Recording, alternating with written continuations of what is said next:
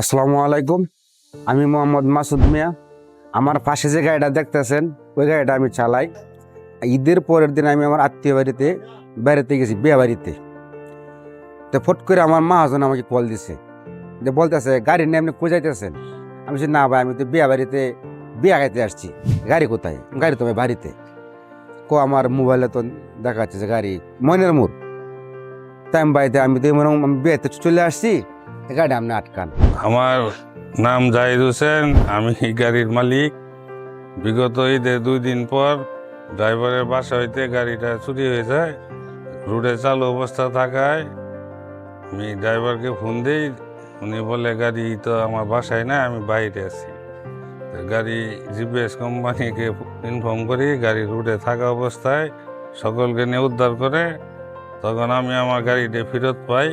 আল্লাহর কাছে হাজার শুকরিয়া, সকলকে ধন্যবাদ। যারা গাড়িতে জিপিএস ট্র্যাকার ব্যবহার না করতেছেন তাদের কাছে আমার একটা রিকোয়েস্ট, যে আপনাদের গাড়ির নিরাপত্তার জন্য এর চেয়ে কোনো সহজ পন্থা আমার দেখার মতো নাই।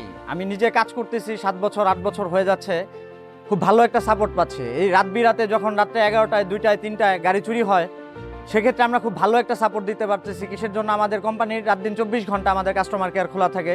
তারা সবসময় এটা খুব সুন্দর করে সলভ করার জন্য তারা চেষ্টা করে সব সময়। তো গাড়িটা উদ্ধার করে আমি সত্যিই খুব আনন্দিত, এবং পরবর্তী সময় যদি ময়মনসিং বিভাগের হতে কোনো গাড়ি চুরি বা ছিনতাই হওয়ার পরে যেন আমরা রিকভার করতে পারি, সেক্ষেত্রে আপনাদের কাছে একটা রিকোয়েস্ট থাকবে যে আপনারা দ্রুত আপনাদের গাড়িতে ফাইন্ডার জিপিএস ট্র্যাকারটা ব্যবহার করুন। ধন্যবাদ।